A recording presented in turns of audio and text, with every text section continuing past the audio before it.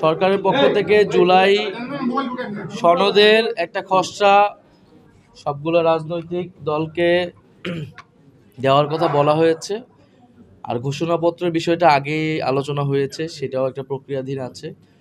সনদের বিষয়ে গতকালকেও আমরা বক্তব্যে বলেছি, আমরা বলেছি মৌলিক সংস্কারের রূপরেখাটা সনদের মধ্যে থাকতে হবে।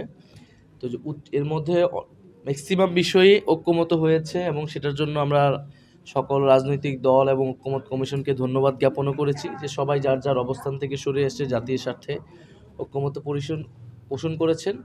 কিন্তু এখন মধ্যে অত্যন্ত গুরুত্বপূর্ণ একটি বিষয় হচ্ছে উচ্চকক্ষ, যেটি প্রথম থেকে আলোচনায় ছিল, বিএনপি সহ বিভিন্ন দলের প্রস্তাবনাতেও ছিল। কিন্তু আমরা বলেছিলাম যে উচ্চকক্ষটা ভোটের অনুপাতে হতে হবে, পিআর অনুসারে হতে হবে, এটা আসনের অনুসারে হওয়া যাবে না। ফলে উচ্চকক্ষ আমাদের ক্ষমতার ভারসাম্য এবং জবাবদিহিতার জন্য অত্যন্ত গুরুত্বপূর্ণ। সে বিষয়ে এখনও ঐক্যমত আসেনি। তো সেই বিষয়ে ঐক্যমত না আসলে এই জুলাই সনদ স্বাক্ষরিত হবে কি না সেটা নিয়ে আমাদের সন্দেহ আছে।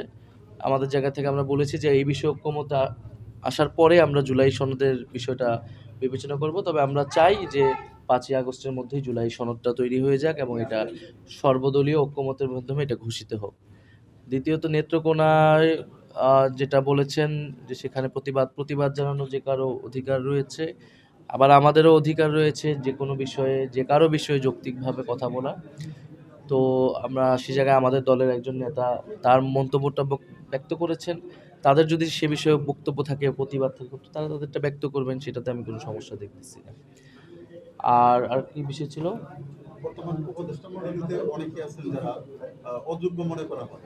না, নির্বাচনের এটা শুধু উপদেষ্টা মণ্ডলীর বিষয় না, পুলিশ থেকে প্রশাসন থেকে শুরু করে বিভিন্ন জায়গায় আমরা দেখছি তারা নিরপেক্ষ আচরণ করছে না। নির্বাচন কমিশনের বিষয়টা আমরা বারবারই তুলেছি। ফলে জুলাই সনদ হয়ে যাওয়ার পরে তখন তো নির্বাচনী তোড়জোড় সম্পূর্ণরূপে শুরু হবে এবং নির্বাচনের আগে অবশ্যই নির্বাচনের যে লেভেল প্লেইং ফিল্ড সেটা নিশ্চিত করতে হবে, তার মাধ্যমে নির্বাচনের দিকে অগ্রসর হতে হবে। ঠিক আছে, ধন্যবাদ।